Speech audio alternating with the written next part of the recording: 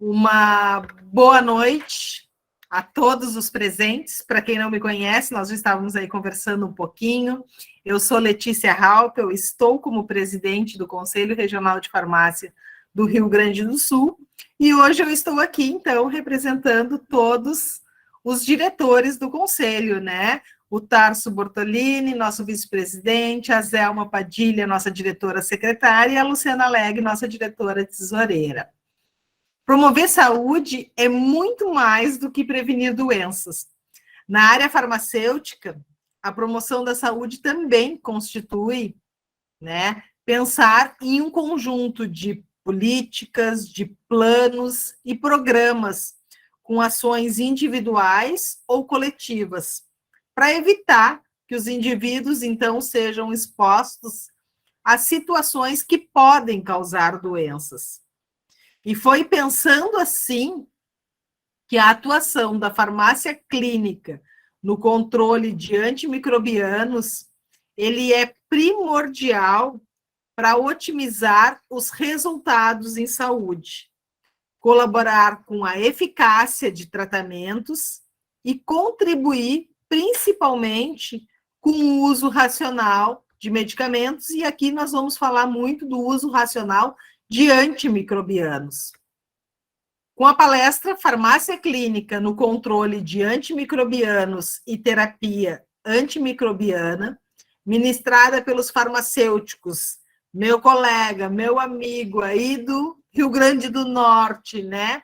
Jairo Soteiro e Ivanaldo Amâncio. Então, nós vamos falar um pouquinho sobre os aspectos estruturais, laboratoriais da resistência e propriedade físico-química dos antimicrobianos, dos antibióticos, né? Carbapené. Ai, Jairo, carbapenêmicos. Vamos mediar, então, né? Para quem não conhece aí, a gente convida a farmacêutica, a Mariana Martins, com ênfase em farmácia hospitalar. Mariana, ela possui pós-graduação em gestão da assistência farmacêutica pelo Instituto Racine. Atualmente, ela é farmacêutica responsável técnica em um hospital de grande porte adulto, em gestão, logística e farmácia clínica. Ela é membro do Serviço de Controle de Infecções Hospitalares, do Núcleo de Segurança do Paciente e da Comissão de Farmácia Terapêutica da unidade atuante. Eu agradeço, então, a presença nesta noite, em especial, tua, Jairo, Ivanildo e Mariana, por aceitarem, né, o nosso convite e em compartilhar os seus conhecimentos conosco. Antes da gente dar início ao evento, então, alguns comunicados, alguns recadinhos importantes eu gostaria de passar, tá? Eu informo que a emissão dos certificados, ela só será efetuada mediante a realização de um questionário no final do evento. Todos os participantes, então, vão ter 10 minutos para concluir o teste, e a liberação dos certificados, ela vai ser realizada até o final da próxima semana. Pedimos também que todos fiquem com seus microfones desligados para evitar ruídos durante a apresentação. Informamos que essa palestra ela está sendo gravada e vai ser disponibilizada depois no nosso acesso restrito. Durante a apresentação, aí vocês vão poder anotar as dúvidas, tá? Que no final nós vamos abrir o espaço para os questionamentos. Para que a gente organize as falas a pedido do palestrante, então, quem tiver dúvidas, pode se inscrever no chat para falar. Nós vamos seguir aquela ordem ali para ir fazendo os esclarecimentos aos questionamentos.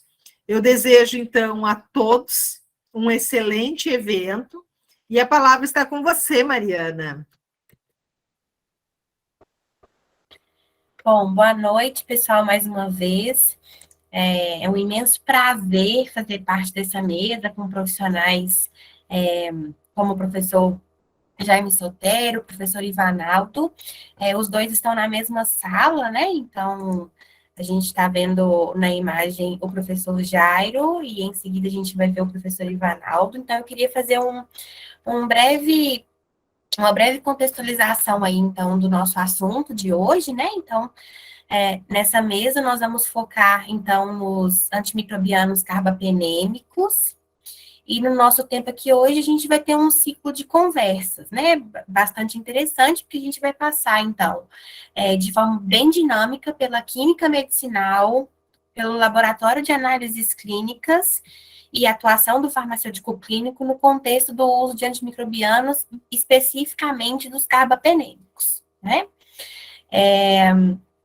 Para a gente não delongar muito nesses primeiros minutos, então eu queria apresentar o professor Jaime Sotero, né? Que vai falar um pouquinho para a gente aí da parte inicial relacionado, então, à química farmacêutica.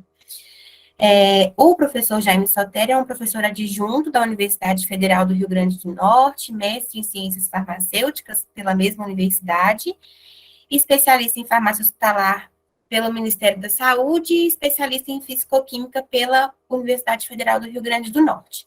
Ele é professor de química farmacêutica e antes atuou como farmacêutico em um hospital pediátrico, né?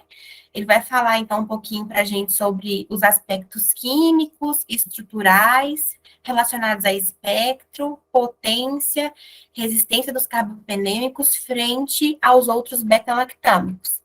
Em seguida, a gente vai ter, então, depois uma conversa aí com o professor Ivanaldo, tá?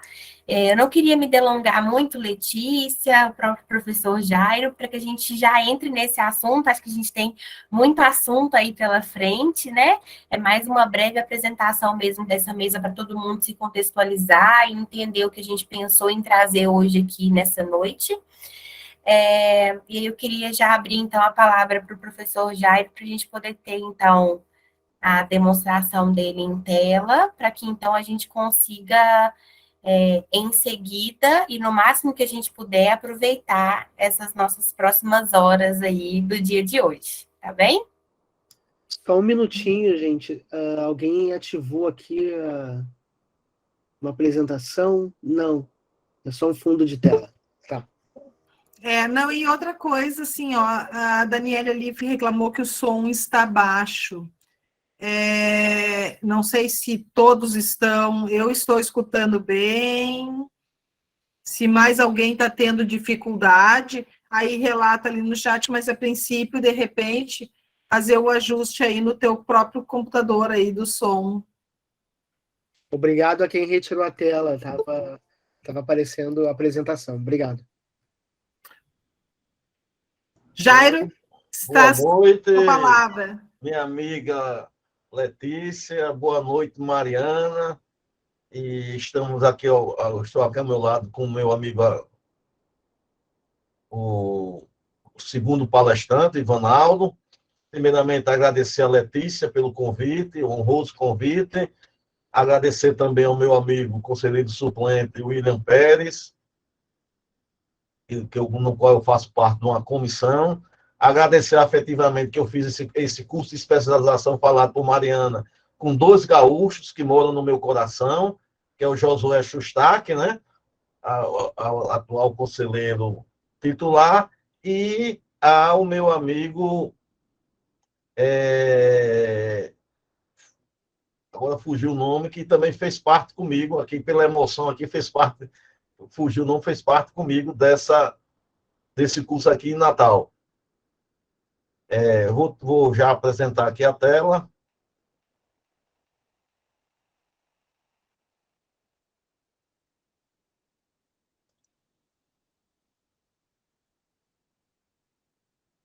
Tá vendo? Estão vendo, pessoal?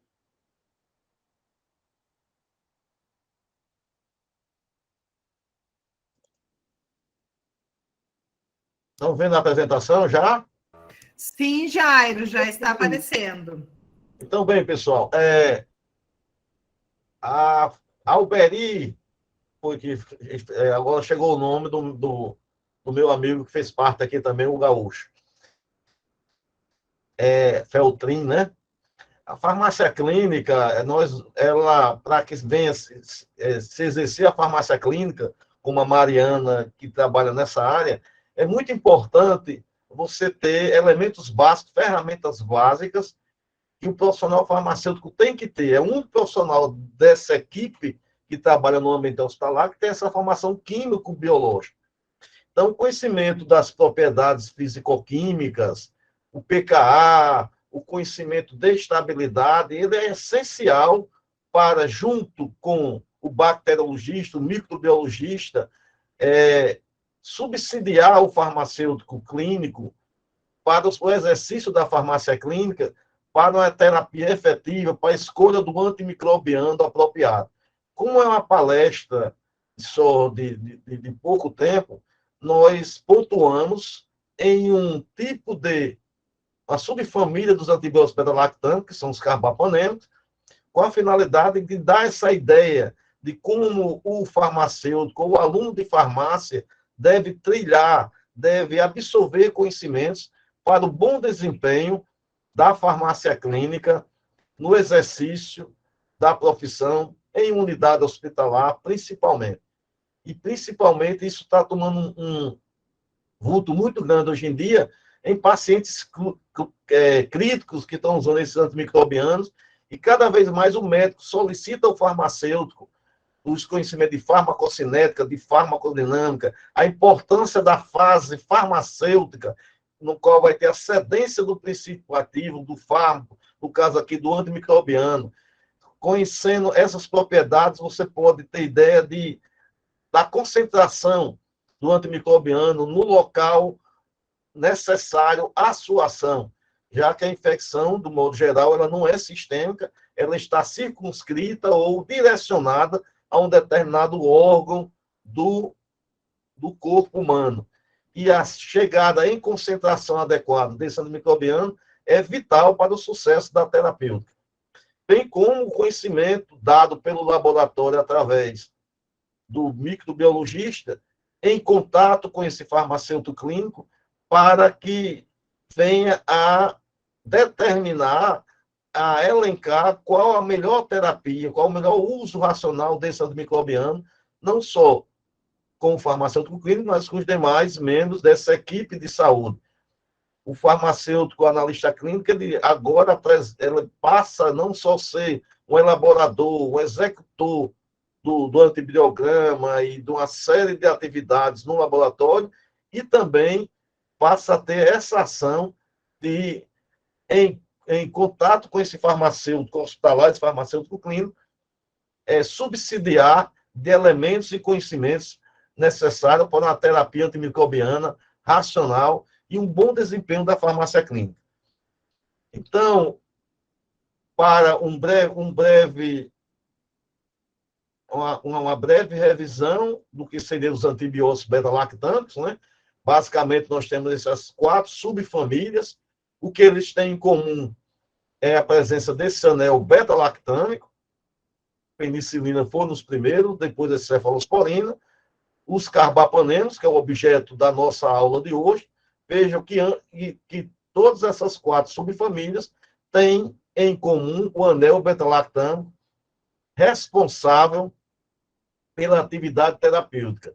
E já mostrando que existe uma enzima produzida pela bactéria beta-lactamase que é capaz de quebrar esse anel beta-lactâmico. Ora, quebrando o anel beta-lactâmico, essa molécula não tem agora a possibilidade de agir, de ter a sua ação terapêutica.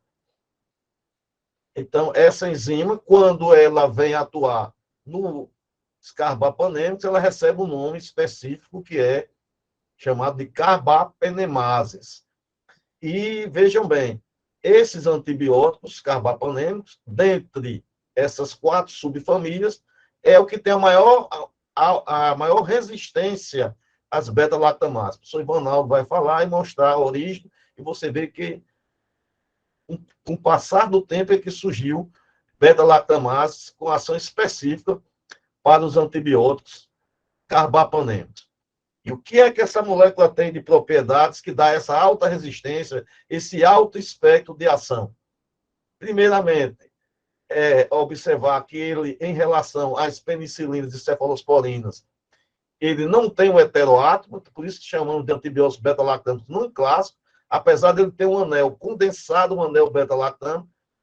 Observe, veja, ele não tem um enxofre que tem tanto na penicilina como na cefalosporina. E isso vai ser um aspecto importante do ponto de vista químico estrutural que repercute no espectro e na alta resistência desses antibióticos à ação dessas enzimas beta-lactamase. Primeiro antibiótico dessa família foi a tianamicina, né? Foi isolada de um fungo, o Streptomyces cattleya, né? Veja que não tem o enxofre como heteroátomo, e você pode me perguntar, então, professor, por que isso? E qual é a importância disso? Ao substituir o enxofre por um carbono, né, na verdade, um metileno, esse anel, que está ligado ao anel beta-lactâmico, passa a submeter o anel beta-lactâmico com a tensão, que nós chamamos de tensão angular fortíssima, aumentando a reatividade desse antibiótico para desempenho da sua ação. Por isso que esses antibióticos carbaponêmicos, dentre os beta-lactâmicos, é o que tem o maior espectro e maior potência de ação. Outro aspecto extremamente importante é essa estereoquímica dessa cadeia. Veja que é uma cadeia pequena, mas a estereoquímica dela é diferente da estereoquímica das penicilinas e as cefalosporinas. E pode se perguntar, mas qual a importância dessa estereoquímica invertida diferente?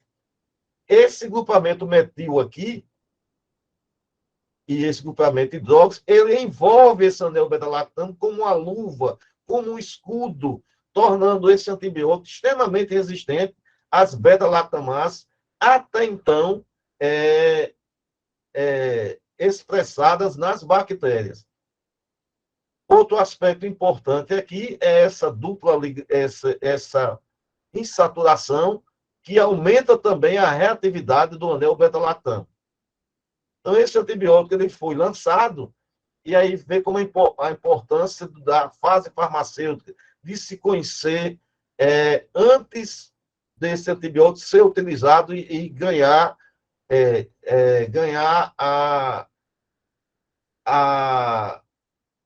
o sangue, o plasma ser absorvido, ser biodisponível para a sua ação, é que quando em solução aquosa, essa molécula, ela reage através desse NH2 com outra molécula, através do anel beta-lactâmico, de outra molécula também, da tianamicina. E isso forma dímeros inativos. Em função disso, essa molécula ela teve uma modificação molecular, então a síntese química,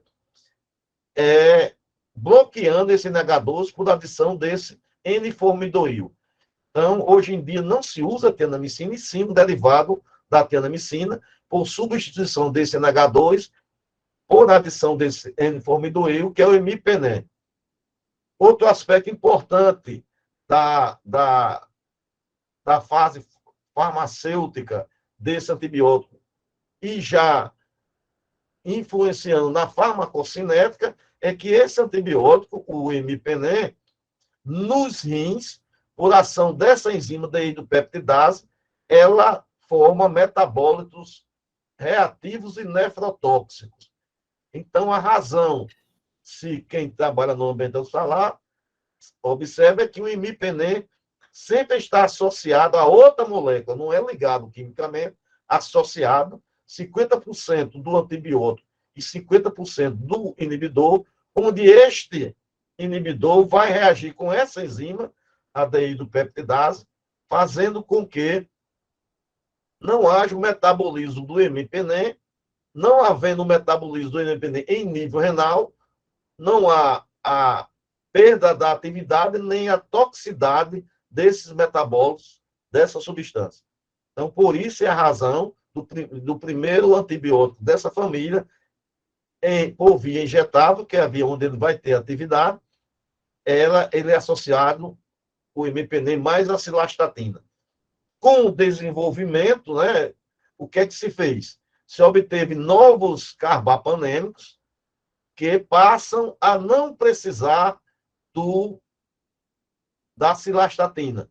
Adicionou esse metil aqui, ó, diretamente no anel, que é um grupo volumoso, que faz com que aquela enzima renal, a deidropeptidase, não hidrolise a molécula do beta-lactano. Então, essa foi a estratégia.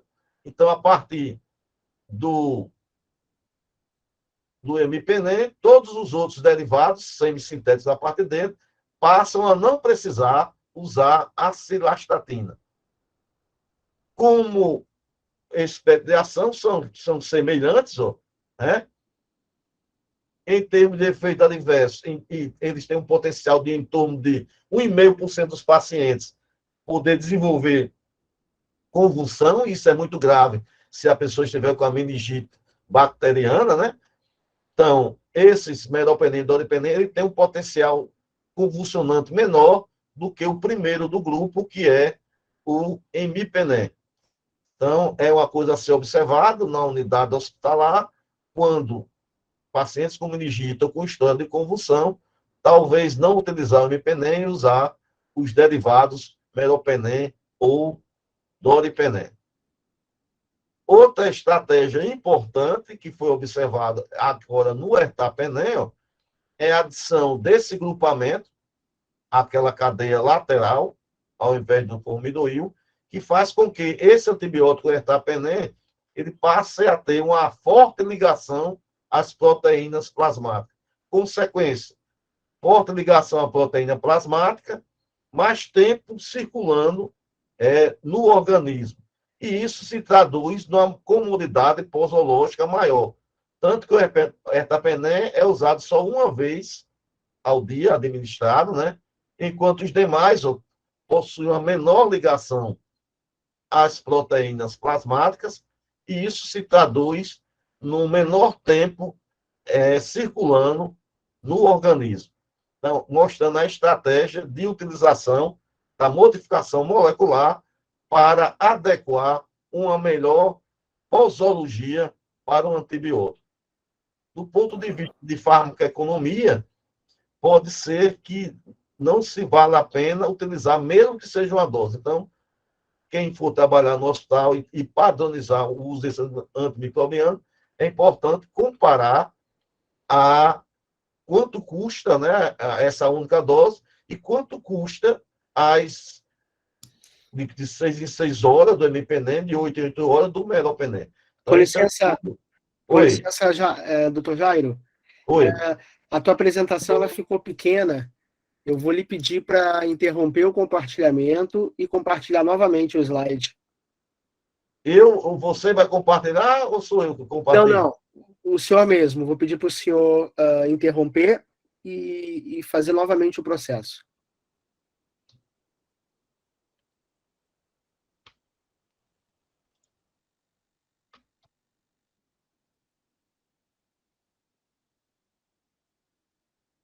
Vamos parar a apresentação aqui.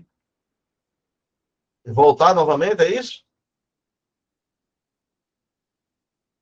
Isso. Mas será que ela vai ficar da mesma maneira, não? Hein? Primeiro o senhor precisa interromper o compartilhamento ali na...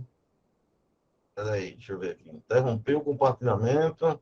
Onde está aquele pausezinho aí? Na esquerda, mais um pouquinho. Para a esquerda aí, ó. Aqui? Isso. Parar de compartilhar a tela, é isso? Perfeito. Agora o senhor refaz o processo, por favor.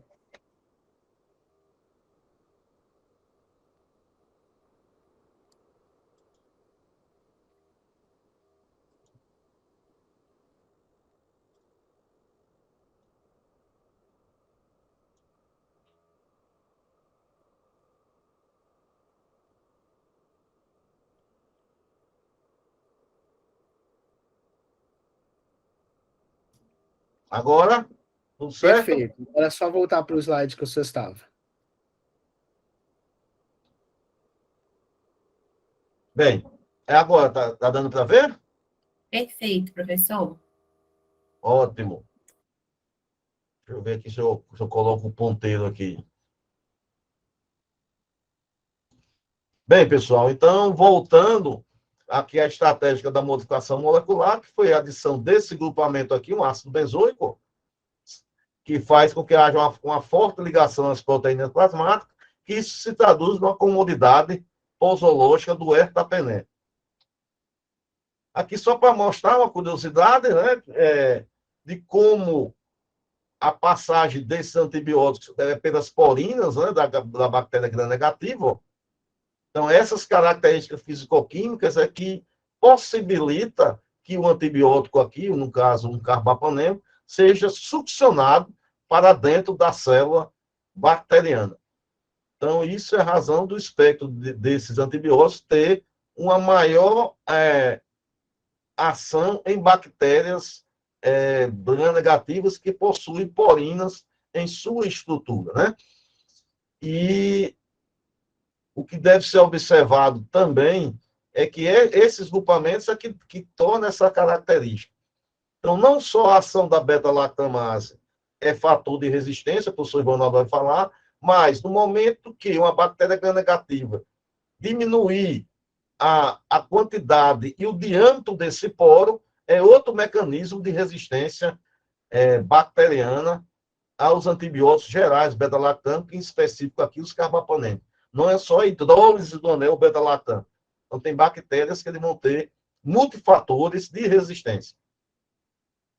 Outro, o que está crescendo muito hoje em dia na indústria farmacêutica, devido à dificuldade de novos antibióticos, é associar esses carbapenêmicos a novos inibidores de beta-lactamase. Então, esse é o futuro que você vai ver hoje em dia.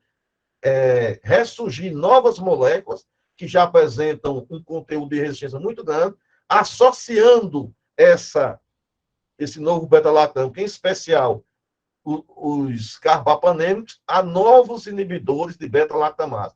São estruturas mais simples, mais fácil da indústria desenvolver e custo menor. Então, hoje em dia é clássico a associação de carbapenêmicos também com novos inibidores de beta-lactamase, como o Avibactam, o Helibactam, que está mostrado aqui, o Varbobactam, né? Então, essa é a estratégia. Só que a indústria farmacêutica lança isso como um novo antibiótico. Não é. O antibiótico é o mesmo, só que é associado a um inibidor dessas enzimas beta-lactamase mutantes, essas novas enzimas, essas carbapenemases. Ao se ligar essa carbapenemase, o antibiótico fica pronto para desenvolver sua ação, que é ligação, o AL, que é ligação às proteínas ligadoras de penicilinas, né?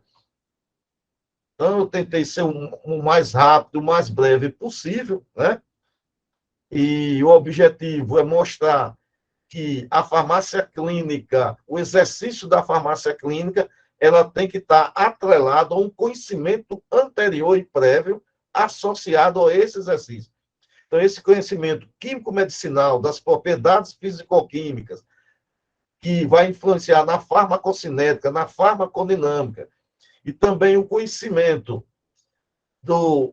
desse aspecto químico-estrutural, eles são importantes para entender qual dos antibióticos, e aí, até fazendo um contraponto, antibióticos são os antimicrobianos que têm origem em um produto natural. Exemplo, esse fungo que deu origem aos carbapenêmicos.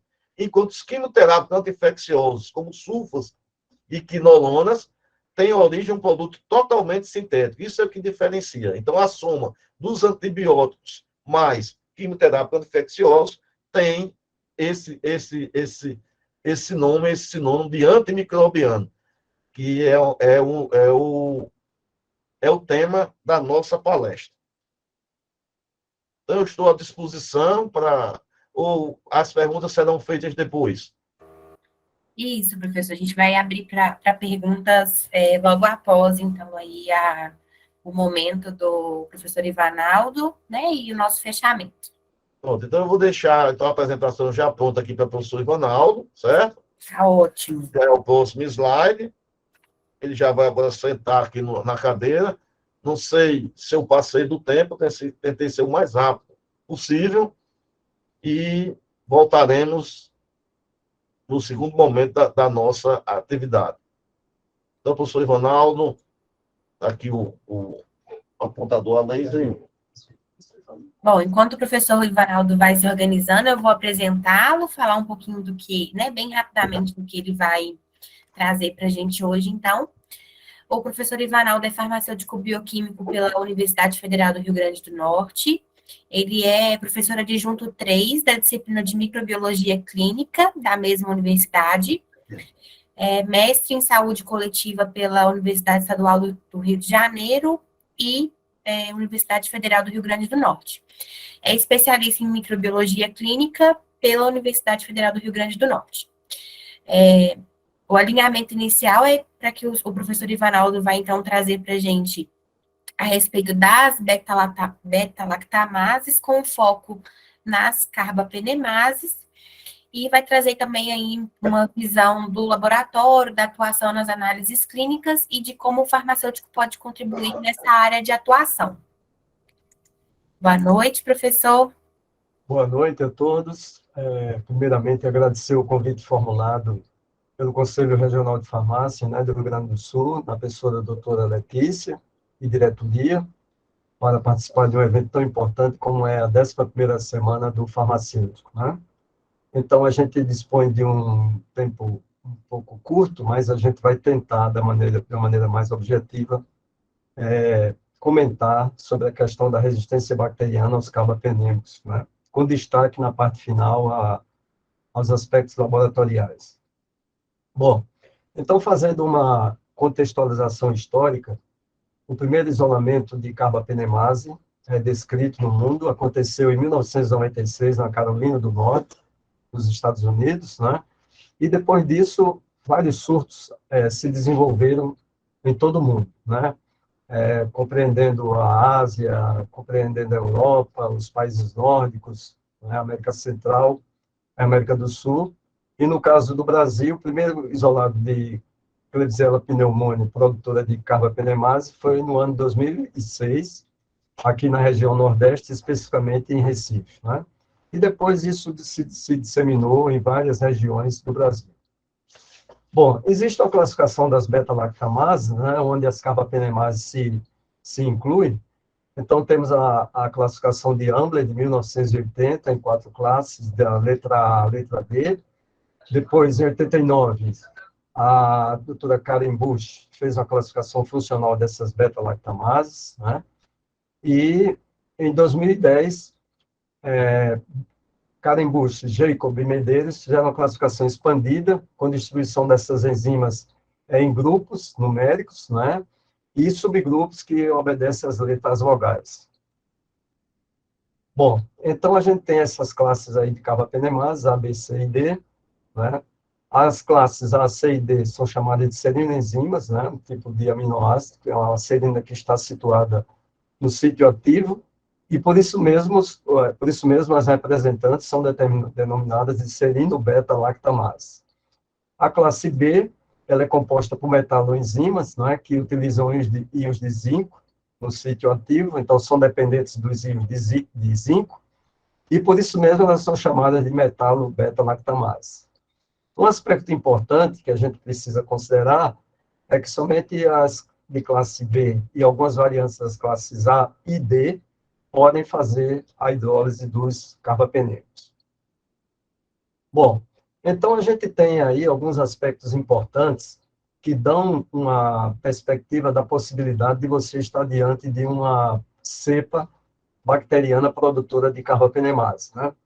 Nesse sentido, quando você se depara com a categoria intermediária ou pouca sensibilidade ou resistência a um ou mais carbapenêmicos, a gente fica com essa suspeita de que provavelmente seja uma bactéria produtora de carbapenemase. A resistência a um ou mais cefalosporina, de terceira geração, também, e dentre os carbapenêmicos, o ertapenem é o que tem a sensibilidade mais diminuída. Por isso mesmo, ele é usado como preditor.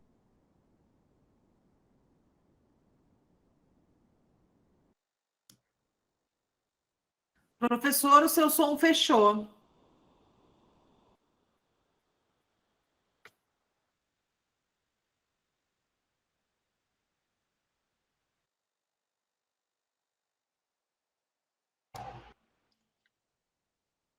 Tem um botão no Google Meet ali, que é um microfonezinho. Ele deve estar vermelho.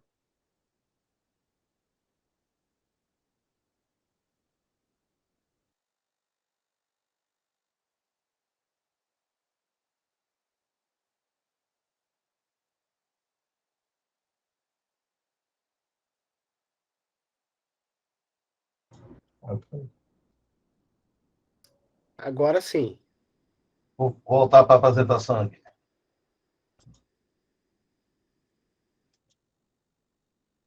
Esse é um verdadeiro trabalho em equipe, né?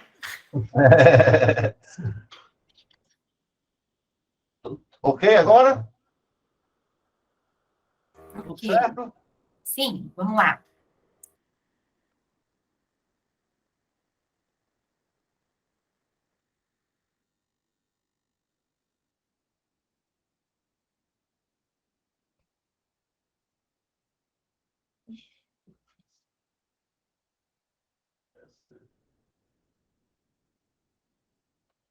Voltar lá para o princípio, né? Acho que era aqui. É. Vamos lá, então. Bom, então a importância clínica dessas carbapenemases, né? A questão da propagação da infecção, né, com altas taxas de mortalidade, isso é uma evidência, né, em todos os hospitais, em todo o mundo, realmente. Também a presença de uma grande variedade de carbapenemases, né, todos os dias, inclusive com a ajuda da biologia molecular, a gente tem a expressão de novas carbapenemases, e isso se constitui num problema de saúde pública grave, em função de você ter uma terapia mais limitada para tratar essas situações. Bom, então temos aí os grupos de carbapenemases, as serinocarbapenemases, de A, C e D, e as metalo-beta-lactamases. Lembrando que de atividade mesmo, nós temos a D e a B. Então, as serinocarbapenemases, elas pertencem a essa classe molecular de Ambler, A e D, e aos grupos 2BE, 2D e 2F de Bush, Jacob e Medeiros.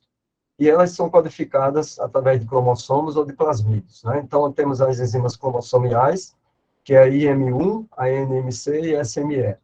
E as plasmidiais, onde se inclui a KPC, com 17 variantes disseminadas em todo o mundo, né?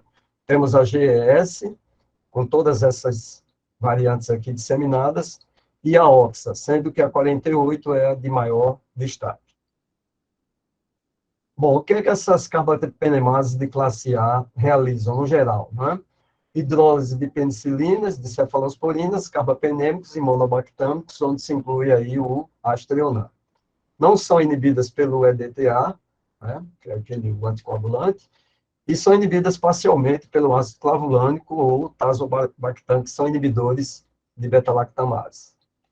As de classe D, serinocarbapenemase ou oxacilinases, elas têm grupo funcional 2DF, hidrolisam oxacilina, cloxacilina e carbapenêmicos, são inibidas pelo ácido clavulânico ou pelo tazobactam, não sofrem inibição pelo EDTA, e algumas, elas são produtoras de beta-lactamase de espectro estendido, mas sem fazer a hidrólise de carbapenêmicos. Então, temos essas variantes da OXA, mas como eu tinha afirmado anteriormente, a 48 é a principal.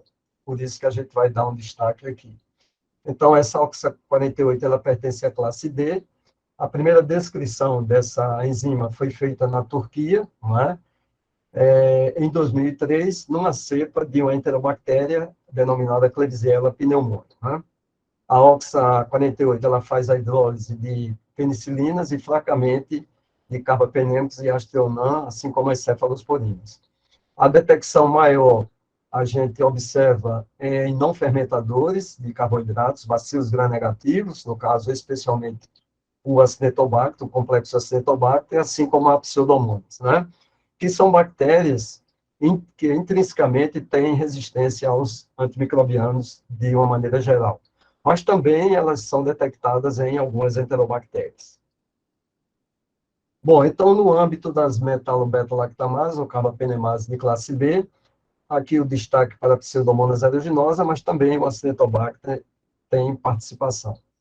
Então, essas metalo-beta-lactamases de classe B, dependentes de zinco, elas fazem parte da classe molecular B de Ambler, do grupo funcional 3 de Bush, Jacob e Medeiros, não é? E fazem a hidrólise de beta-lactâmicos, com exceção do astrionam, que é um monolactâmico. São sensíveis ao EDTA, né? E por isso mesmo que faz associação com o carbapenêmico para a gente identificar essa resistência no laboratório, como eu vou mostrar mais adiante. E são resistentes ao ácido clavulânico e o tazobactam. Essas beta-lactamases, elas têm origem cromossomial e plasmidial. Inicialmente, a cromossomial foi verificada em bacilo cereus, que é um bacilo gram-positivo, em aeromonas, né, que é um bacilo gram-negativo, e no bacilo gram-negativo não fermentador de carboidratos, que é a Stenotrophomonas maltophilia.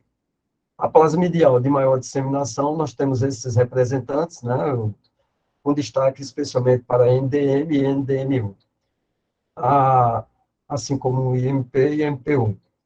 O primeiro relato dessa MP1 foi descrito no Japão, numa cepa de Pseudomonas aeruginosa.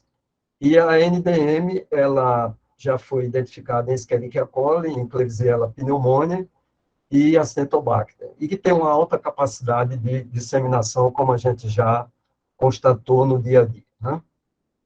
Bom, então, feitas essas considerações gerais, agora a gente vai passar para discutir um pouco sobre os métodos de detecção dessas carbapenemases no dia a dia, nas rotinas laboratoriais, né? Então, a gente dispõe de uma série de testes que, de uma forma fenotípica ou genotípica, indicam a presença dessas enzimas. Então, temos o teste tradicional por discodifusão, né, a concentração inibitória mínima, para quem tem automação, então, através das fitas do E-teste, né? O teste com disco, né, associação de EDTA com carbapenêmico, o 2-mercaptoacético e o ácido picolínico, né, que são todos inibidores de metalo-beta-lactamase. O teste com ácido fenilborônico, que é o inibidor de serino-carbapenemase. Métodos baseados na ativação do carbapenêmico.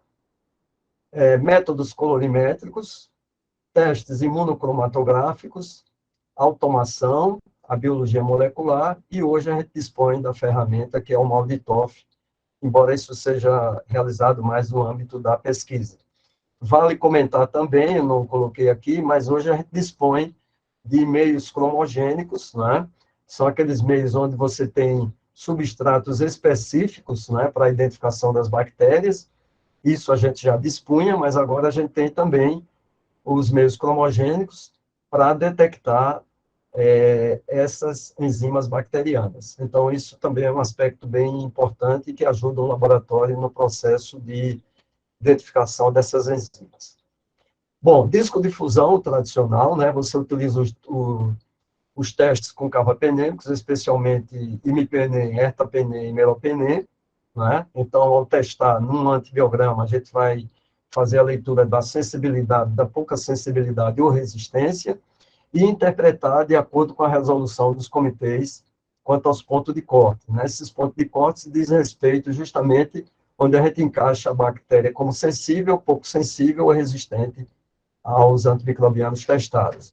E os comitês que a gente faz referência aqui, nós temos comitês internacionais, como é o caso do CLSI, nos Estados Unidos, temos o EUCAST, o europeu, e agora nós temos também o nosso comitê brasileiro, que é o BRCAST, né? São comitês que se reúnem anualmente para discutir sobre essa questão do uso de antimicrobianos, né? E implementando novas metodologias. Bom, a concentração inibitória mínima, né, que é a menor concentração que inibe o crescimento bacteriano, ela pode ser feita por macrodiluição ou microdiluição em caldo, e no caso da resistência a um carbapenêmico, é necessário confirmar com outros testes, né? O teste epsilométrico, que a gente usa uma fita, né, com várias concentrações do fármaco, que é o chamado E-teste. Esse teste ele foi desenvolvido inicialmente em Solna, na Suécia, e se difundiu em todo o mundo, né? E é um teste bem interessante. Então, ele consiste de uma fita contendo numa extremidade o imipenem, né, em várias concentrações, e na outra, a associação do imipenem com o EDTA, né? E aí a gente sabe que o EDTA, ele inibe a ação da carbapenemase. Então, quando a gente, depois de incubar a placa com a bactéria semeada, né, faz a suspensão da bactéria, semeia por extensão numa placa de H-Millerito, né, e coloca a fita. Então, depois de incubado, a gente vai verificar se ocorre essa redução maior ou igual a 3 de diluições do resultado do imipenem isolado, comparado com a associação imipenem e EDTA. Então, isso é indicativo da presença de metalo-beta-lactamase. Também, a observação das ghost zones, ou zonas fantasmas, indicam a presença dessas metalo-beta-lactamases. Então, aqui a gente tem uma fotografia, né, desse teste epsilométrico, onde você vê aqui o imipenem associado com o EDTA e o imipenem isolado, né? Então, tem uma diferença grande nas concentrações, né, em função de que, no caso, com o EDTA, ele inibe a ação da carbapenemase.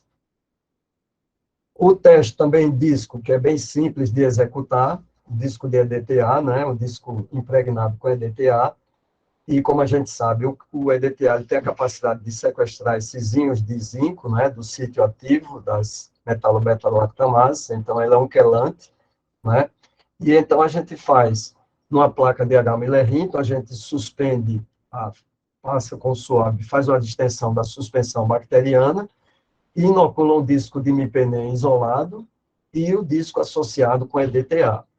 E depois de incubação, na estufa de cultura a 35 graus por 24 horas, a gente vai observar essa situação aqui, um aumento maior ou igual de 5 milímetros no halo de inibição da associação do imipenem com EDTA, comparado com o imipenem isolado, né? Então, isso também é expressão da presença de metalo-beta-lactamase. Então, aqui a gente dá para perceber o diâmetro do halo bem maior, no caso da associação de imipenem com EDTA, e ele isolado, né? E aqui a gente observa aquelas formas bizarras, que são as zonas fantasmas, que a gente observa na interseção entre um disco e outro, né? Então, é um teste com alta sensibilidade e especificidade. O teste com ácido fenilborônico também é mais ou menos semelhante, só que a gente usa o disco impregnado com fenilborônico, que inibe as KP6 ou as AMP-C plasmidiais, né, que são serino-beta-lactamase. E da mesma forma, a gente prepara a suspensão com a bactéria que a gente suspeita que tem a enzima, distende com suave na placa de H-Millerito em 3 direções e inocula o disco de ácido fenilborônico associado ao carbapenêmico e coloca o carbapenêmico isolado, sem o fenilborônico. E pode observar essa diferença de 5 milímetros na associação, comparado com o disco isolado, como mostra aqui. Então, a gente tem aqui o carbapenêmico isolado, e aqui ao lado dá para perceber o aumento no diâmetro do halo, né? Então, isso também é indicativo da presença da enzima. Bom, aí temos os métodos baseados na ativação do carbapenêmico, nesse caso temos o ESIM e o MSIM+, né?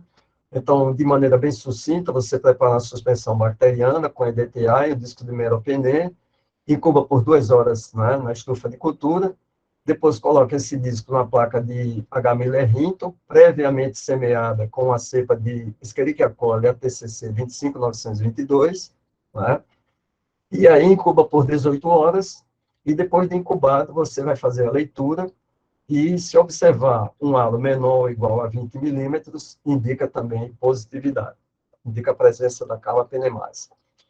No caso do MSIM+, você vai usar tanto o EDTA como o ácido fenilborônico, né?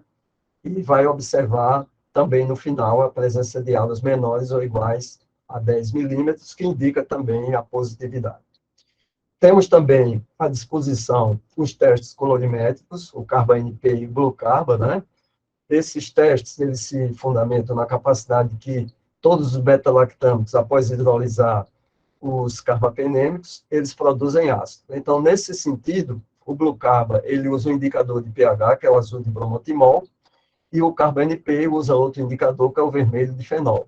Mas dá para observar aqui na fotografia, né, na ilustração, que depois que você coloca a bactéria com o antimicrobiano aqui, e depois de incubado, você vai perceber a mudança de cor de azul para amarelo, no caso do Blue Carba, e a mudança de vermelho para amarelo, no caso do Carba NP. Então, a gente tem isso aqui é a descrição mais ou menos do teste, a retirada das colônias, a suspensão, né, nos dois tubos com a solução aquosa de vermelho de fenol, e o outro tubo com a mistura dessa solução A, o carbapenem, que é o tubo B, né? E aí a gente vai depois observar, depois de incubação, essa mudança de cor de vermelho para amarelo, indicando uma acidificação. Aqui o glucarba, vamos passar. E aí hoje também nós temos os testes imunocromatográficos, né? Aqui a gente tem uma fotografia, né?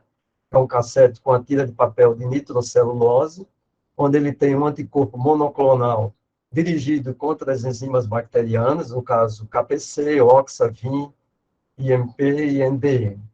Então, a gente pega 150 microlitros da solução tampão extratora em tubo estéreo e acrescenta colônias puras, que estão lá nas placas, né, de Petri, e faz uma homogeneização no vórtex, agita, e coloca no poço 100 microlitros dessa suspensão e espera 15 minutos. Decorrido esse tempo, a gente vai observar o surgimento aqui de uma cor vermelha, né? Uma tira vermelha, né? Que é o controle positivo. Então, isso aqui é indicativo da presença da enzima.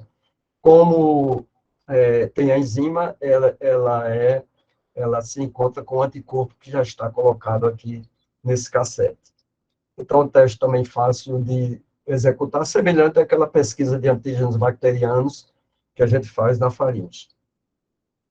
A automação, a gente tem essas opções no dia a dia, né? O MicroScan, a Fênix, o Sensititre, o Vitek 1, o Vitek 2, mas a discussão de que existem falhas na detecção dessas enzimas por conta da ausência do ertapenem, que é o mais sensível à ação dessas enzimas. Então, a questão é que esses aparelhos eles já vêm com uma padronização de antimicrobianos e eles identificam a bactéria bioquimicamente, né? Eles têm uma capacidade de identificar mais de 1.000 espécies bacterianas e eles fornecem a concentração inibitória mínima. Mas, às vezes, as cartelas não têm o ertapenem, que é o melhor preditor da presença dessas enzimas. Bom, hoje a gente tem a ajuda da biologia molecular, com várias opções, o PCR convencional, que é a reação de polimerase em cadeia, em tempo real, multiplex, a eletroforese em campo pulsátil, né?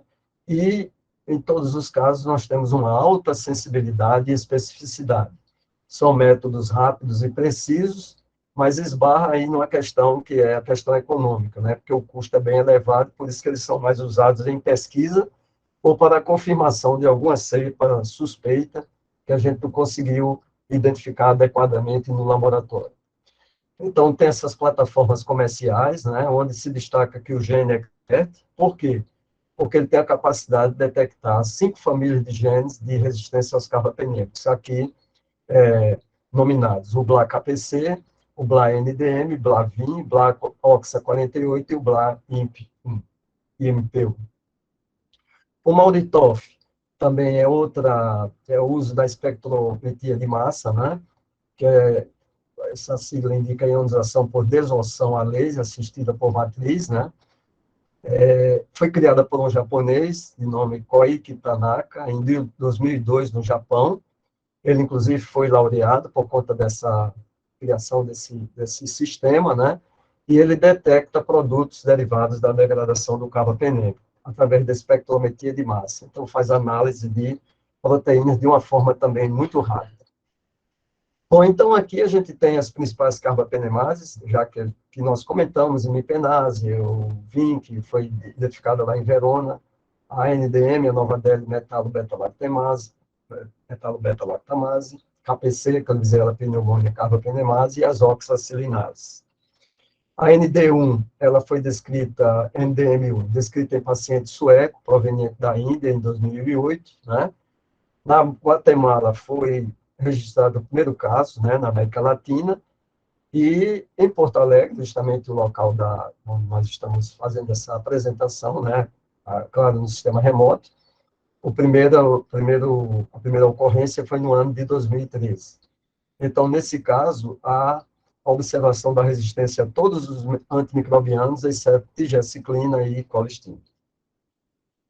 Bom, então aqui a gente tem, no âmbito das bactérias gram-negativas, da família Enterobacteriaceae, esses representantes, Klebsiella pneumoniae, Escherichia coli, Klebsiella oxytoca, né, Enterobacter, espécie, Salmonella espécie, Proteus mirabilis, Citrobacter freundii, Serratia espécie, e no âmbito de não fermentadores, Pseudomonas aeruginosa e Acetobacter baumannii, complexo. Né?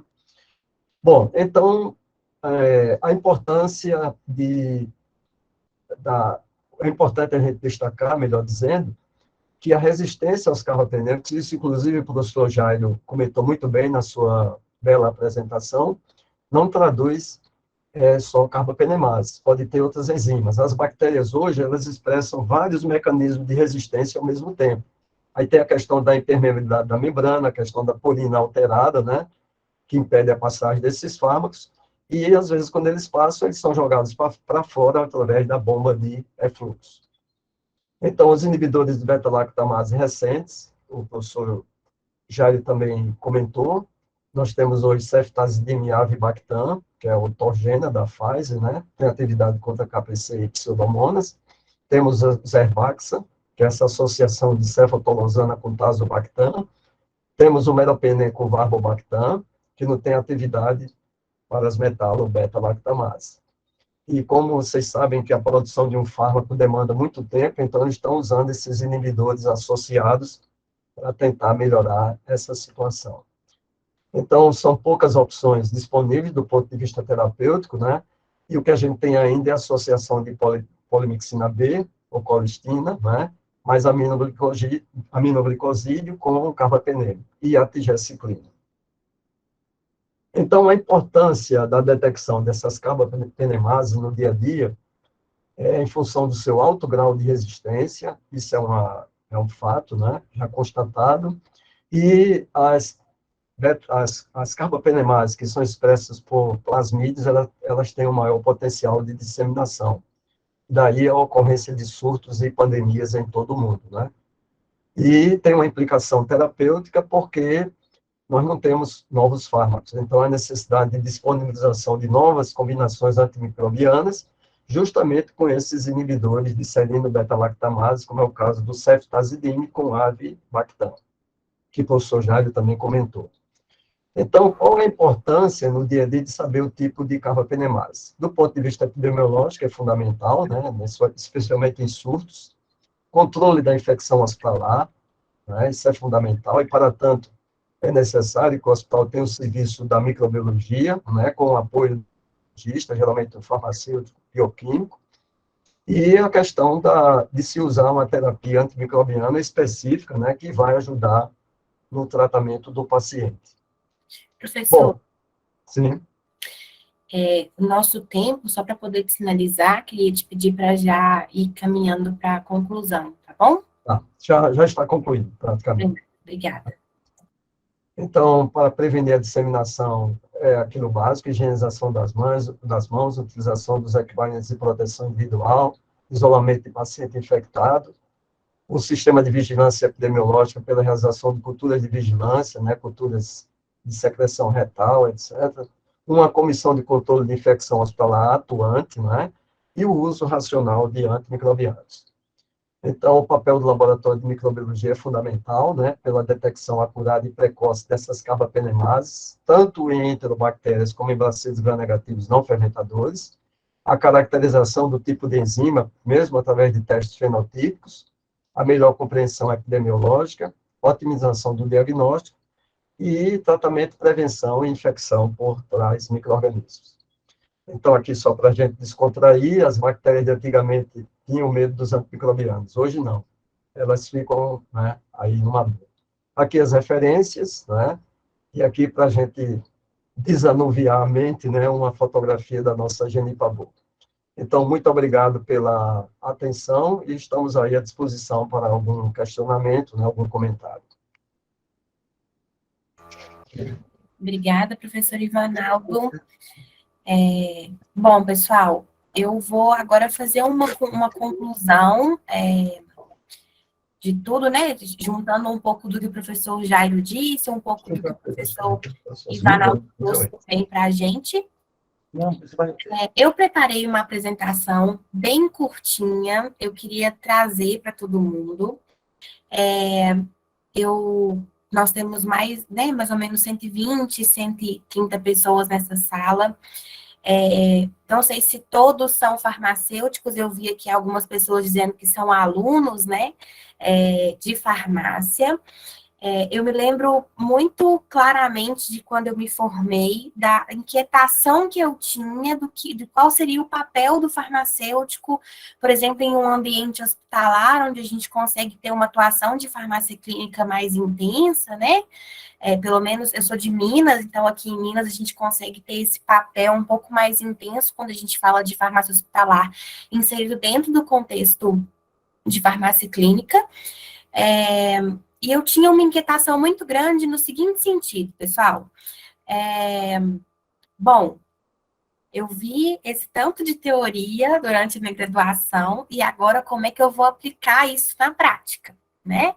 Então, eu quero fazer esse momento bem rapidinho com vocês, para a gente não se estender muito, porque eu sei, é a última da noite, né? Algumas pessoas trabalharam, então acho que vale a pena a gente fazer uma conclusão bem rapidinho. Eu tinha conversado um pouco antes com o Lucas sobre isso, que eu ia fazer uma conclusão de forma mais prática também, para a gente poder finalizar. E eu tinha, então, aí essa inquietação, essa preocupação de como que a gente colocaria toda essa teoria dentro da prática, e aí eu vou, então, compartilhar com vocês quatro pontos, assim, importantes, e estou trazendo aí uma sugestão de boas práticas para o âmbito da farmácia clínica para todo mundo, tá? Eu queria que alguém olhasse meu tempo para mim, por favor, e aí a gente vai se... Tranquila. Então, tá bom, vamos lá.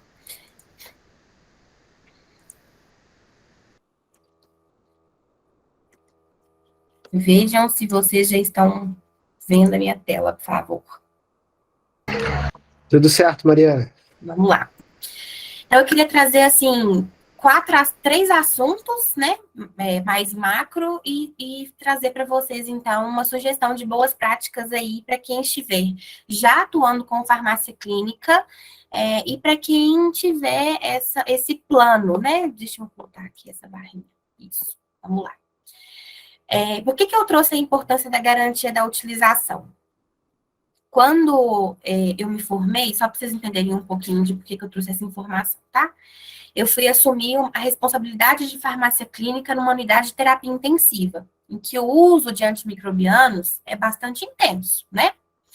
E eu me sentia muito inquieta, assim, porque eu queria fazer intervenções muito mirabolantes, assim, intervenções muito importantes. Eu queria dizer sobre a necessidade de a gente acompanhar o clearance de creatinina para a gente poder fazer ajuste, mas muitas vezes eu não tinha garantia de que aquele medicamento estava sendo prescrito todos os dias para aquele paciente. Então, quando eu falo de garantia de utilização, é que antes da gente pensar em ações maiores, grandes ações, coisas heróicas, né, que um farmacêutico pode ter de atuação dentro da farmácia clínica, seja no hospital, seja numa drogaria, é a gente primeiro pensar no básico. Não tem como fazer uma abordagem robusta de tempo de infusão de carbapenêmico, de ajuste de dose, de considerações para hemodiálise, se a gente primeiro não garante um processo de prescrição diária para esse paciente, né? Então, assim, garantir essa prescrição, realizar abordagens mais simples para ganhar aí a confiança da equipe multiprofissional, relacionada a espectro de ação, né? Se a gente vai abordar ali uma questão de alergia do paciente ou não.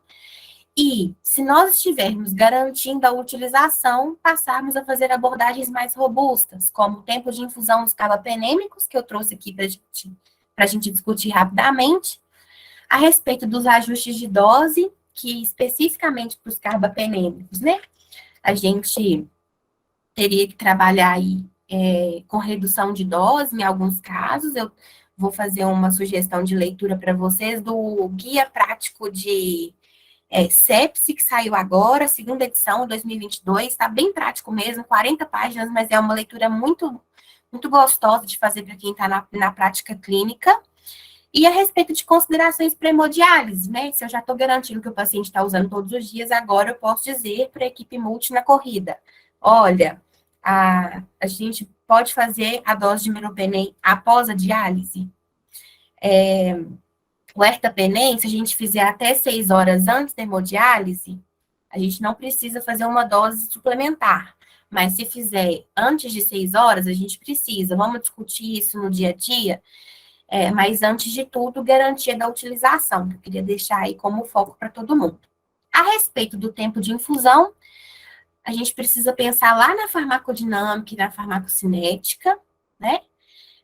E pensar que esse tempo de infusão, muitas vezes, ele otimiza a exposição aos antimicrobianos, melhora os resultados clínicos de modo geral, diminui a emergência da resistência bacteriana, que é isso que o professor Ivanaldo trouxe para a gente, né? Pelo mundo inteiro, cepas sendo encontradas aí as formas de se tornarem resistentes, né?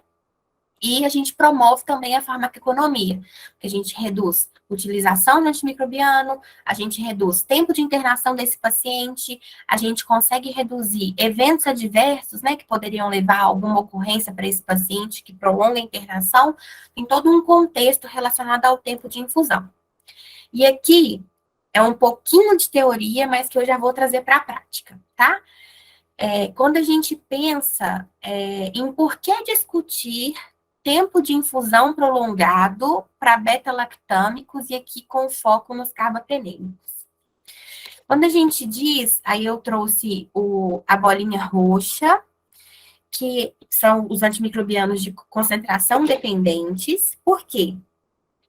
Esses antimicrobianos, eles têm uma atividade determinada pelo pico de concentração. Por isso que ela está lá no pico da nossa curva, né? Todo mundo viu ou vai ver aí os estudantes esse gráfico em algum momento da vida, que é o gráfico de farmacocinética, né? E a bolinha rosa, em homenagem à cor que está aqui atrás de mim, para poder significar aí os antimicrobianos tempo dependentes. O que determina um antimicrobiano ser tempo dependente? A atividade dele é influenciada pelo tempo em que as concentrações plasmáticas são mantidas acima da concentração inibitória mínima. Então, é essa linhazinha vermelha, né? Então, quando a gente pensa no antimicrobiano tempo dependente, que é, por exemplo, o caso dos carbapenêmicos, a gente precisa pensar que quanto mais tempo eu passo com essa concentração acima da concentração inibitória mínima, e aí eu não estou falando de doses muito elevadas, eu estou falando de tempo de exposição. Quanto mais tempo a gente passa expondo, melhor a efetividade, né? Melhor a conclusão da terapia desse paciente, né? Porque eu vou ter ali uma ação, uma efetividade melhor quanto à inibição do crescimento, né? Se vai ser bactericida, bacteriostático e tal. Bom, aqui eu copiei exatamente a frase para poder fazer todo mundo pensar aí no processo. Então, essa frase está lá no Guia Prático de Terapia Antimicrobiana na sepsi, que é do Instituto Latino-Americano de Sepsi, né? Que diz assim, ó, a penetração tecidual de beta-lactâmicos e carbapenêmicos em infusão estendida é consistentemente mais elevada em comparação com regimes de infusão em bolos. A gente não via uma discussão tão intensa disso antes, né? Mas hoje, se a gente pegar, por exemplo, a bula do meropenem, uma bula, não estou falando de nenhum banco de dados, nenhum artigo mais mirabolante, ele já traz a informação de infusão em 3 horas, por exemplo, né? E aí tem todo um contexto que a gente precisa levar em consideração, em o que ele vai ser diluído para ele poder manter essa estabilidade, né? O que volta lá um pouquinho na química farmacêutica e tal. Atenção para a primeira dose, por quê? A primeira dose, a gente tem que garantir uma concentração maior. Então, a primeira dose, a recomendação, inclusive para os pacientes em sepsi, é fazer em bolos, tá? E o Instituto Latino-Americano de Sepsis recomenda, então, que pacientes críticos, e aí eram os meus pacientes lá quando eu me formei, com disfunção, independente da presença de choque, recebam dose estendida para todos os beta-lactâmicos, exceto na primeira dose, que a primeira dose a gente está considerando o bolus. Então, aqui é para fazê-los pensar por quê, pessoal? A equipe médica, ali na prática clínica, e eu estou falando um pouco da minha experiência com a prática clínica, nem sempre eles vão ter esse conhecimento mais robusto de farmacocinética e farmacodinâmica que o farmacêutico carrega, né? Tanto pela nossa formação, quanto pela nossa prática profissional. E é muito importante que a gente tenha esse tipo de informação muito à nossa mão, para que a gente faça, então, essas intervenções com o corpo clínico, ali no momento, seja no momento da corrida de leito, seja no momento de análise de prescrição farmacêutica, né? De análise de prescrição farmacêutica, mas a prescrição do médico, que eu quero dizer. Para que a gente tenha essa informação muito à mão, para que a gente consiga fazer intervenções legais nesse sentido, né? Olha, vamos manter 3 horas de infusão, a gente já discute hoje em alguns artigos 24 horas de infusão, por exemplo, de vancomicina, né? Nós fugindo um pouquinho do assunto de carbapenêmicos, mas em que a gente já consegue ter inclusive uma garantia ali de quando a gente vai fazer a medição sérica desse fármaco para esses pacientes em uso, e a gente consegue também trazer aí uma segurança maior na utilização, por exemplo, evitando uma disfunção renal associada ao uso da vanco, especificamente, tá? Então, aqui, trazendo um pouco dessa prática, é claro que nos poucos minutos que a gente tem pela frente, eu não vou conseguir trazer nada muito robusto de teoria, mas queria pelo menos deixar aí essa luzinha para todo mundo, né? Quem tiver interesse em procurar um pouco mais, a gente tem vários artigos falando hoje sobre infusão, a gente tem bancos de dados que também já trazem essa informação de infusão estendida, e hoje a gente tem também aí esse guia prático que já está trazendo essa informação mais consistente para a gente. A respeito de alguns aspectos importantes, então, para acompanhamento farmacêutico, a gente lembrar, né, a respeito da atividade em gram-positivos e gram-negativos, que foi um pouquinho do que o professor Jairo trouxe para a gente também, lá na palestra dele. É importante a gente considerar os sítios de infecção, o professor Jairo também trouxe isso para a gente, por quê? Vamos pensar lá no paciente que esteja com uma infecção hospitalar em si, né? E aí, quando a gente pensa, poxa, uma infecção hospitalar, a gente está suspeitando de um foco abdominal. Se é um foco abdominal, a gente vai pensar que ou é gram-negativa ou são as anaeróbicas, né? E aí a gente tem Escherichia coli, Klebsiella, o próprio Proteus. Mas em hospital, se a gente pensar numa infecção, e aí por que é importante um pouco do que o professor Ivanaldo trouxe para a gente? A importância do controle de infecção, né, da comissão, do serviço de controle de infecções hospitalares, porque a gente tem ali toda uma epidemiologia de micro-organismos encontrados na microbiota daquele hospital, né? Ali no ambiente hospitalar. Então, quando a gente conhece e a gente consegue tratar qual que tem sido a resistência desses micro-organismos, como que a gente qual que tem sido a mortalidade dos nossos pacientes, a gente consegue começar a conduzir melhor as terapias empíricas, por exemplo. Então, se a gente pensar em hospital, uma infecção abdominal talvez seja uma pseudomonas. E aí não vale a pena eu entrar com o ertapenem, porque o ertapenem não tem cobertura para pseudomonas. Então, até para que a gente consiga conduzir ali no que a gente, né, em português, às vezes traduzido, a gente chama de programa de uso prudente de antimicrobianos, mas que é o stewardship, né, de antimicrobianos, para que a gente consiga, inclusive, ter uma discussão concisa com o corpo clínico, de trazer, olha, se a suspeita é foco abdominal, vamos pensar em pseudomonas, a epidemiologia do hospital traz isso pra gente. Não vamos entrar com ertapenem, vamos entrar com um meropenem, né, ou imipenem, que seja, aí vai depender um pouco da padronização. Acho que vale a pena também a gente pensar em todo esse contexto de gram positivo, gram negativo, o sítio, e aí então, a gente faz um link lá com o que o professor Ivanaldo e o professor Jairo falaram no início da nossa conversa. A respeito de reação cruzada para as alergias a bactalactâmicos, então, quando a gente volta lá na química farmacêutica, que o professor Jair trouxe para a gente, vários anéis beta-lactâmicos em todas as estruturas. Então, se um paciente chega na anamnese farmacêutica, informa que ele tem uma alergia a algum beta-lactâmico, vamos acender a luzinha, que se a gente iniciar um carbapenêmico para ele, ele pode desenvolver uma reação cruzada alérgica. Então, a gente precisa ter isso em mãos. Vamos aplicar um algoritmo, né? Determinar a causalidade, formalizar essa informação de farmacovigilância, notificar isso, né? É importante que a gente identifique se de fato é uma alergia, se de fato é uma reação adversa, para que a gente leve ali a informação. Quando a gente vira um paciente em uso de imipenem, lembrar do limiar convulsivo, porque o imipenem reduz esse limiar convulsivo. Então, se for um paciente idoso que esteja com alguma lesão renal, a gente pode ter um risco maior desse paciente desencadear uma convulsão, né? Às vezes, o corpo clínico entende como uma nova clínica do paciente e, na verdade, pode ser o uso do medicamento concomitante a outros que reduzem juntos o limiar convulsivo. E lembrar que esses medicamentos, os carbapenêmicos, são dialisáveis em hemodiálise, então a gente precisa ali estruturar, né, ou de acordo com o protocolo da instituição, ou de acordo com o que a gente tem de documentação hoje, de banco de dados, no próprio guia que eu citei no início. Como que a gente vai fazer aí essa estrutura de diálise para esse paciente? A gente vai fazer a dose de diálise antes, nós vamos pular 6 horas da dose do medicamento, a gente vai deixar para fazer uma dose de diálise logo após.